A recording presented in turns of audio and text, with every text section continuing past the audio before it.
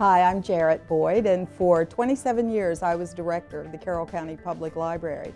I retired at the end of December in 2008, and it's still a place that is very close to my heart, and I love to talk about things like how far we came with our automation here at the library. 15 years ago, we didn't know a thing about computers, and then the folks at Webster's Drugstore gave us one of their cast-offs. Well, we could play floppy disks in there. We weren't connected to anything, and none of us knew anything. Under Governor Patton, we got some real-life computers and got hooked up to the internet. And then Bill Gates came along, and suddenly we had 6 computers for public access, and I think 3 for the staff to use. We still didn't know what we were doing, and everybody that came into the library was an expert. You know, they could fix what was wrong. So pretty soon we had computers that had been worked on by everybody in town that had one, that thought they knew what they were doing. In 2007, we were ready to renovate and expand our 6,000 square foot library, which by the way served a population of 10,000. We are very rural. And we were located in an old grocery store here in town.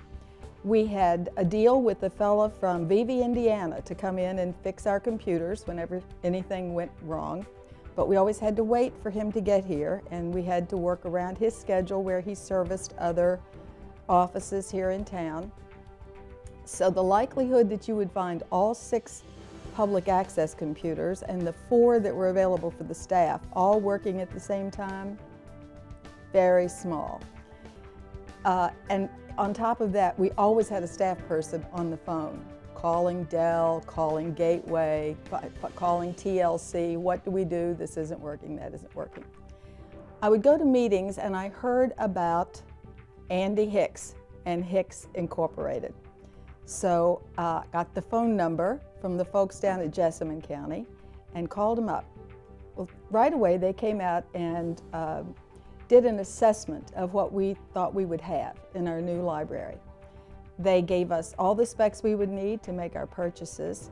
Another great service that they offered is to go over the plans that the architect has put before us. Make sure that we've got all the wiring that we're going to need for what's going to be a much expanded public access service, and certainly a much expanded number of staff computers. They did that. They came in, they worked, oh goodness, for a week or more before we actually opened the door to the public. And I have to tell you that from the day that we opened, we never had a glitch. All of our laptops, which we check out, worked perfectly.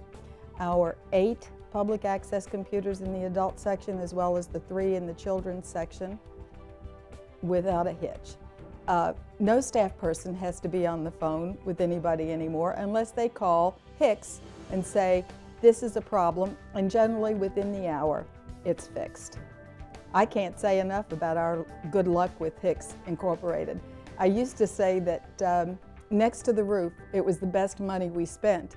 And don't you know, within a month of moving in, the roof was leaking.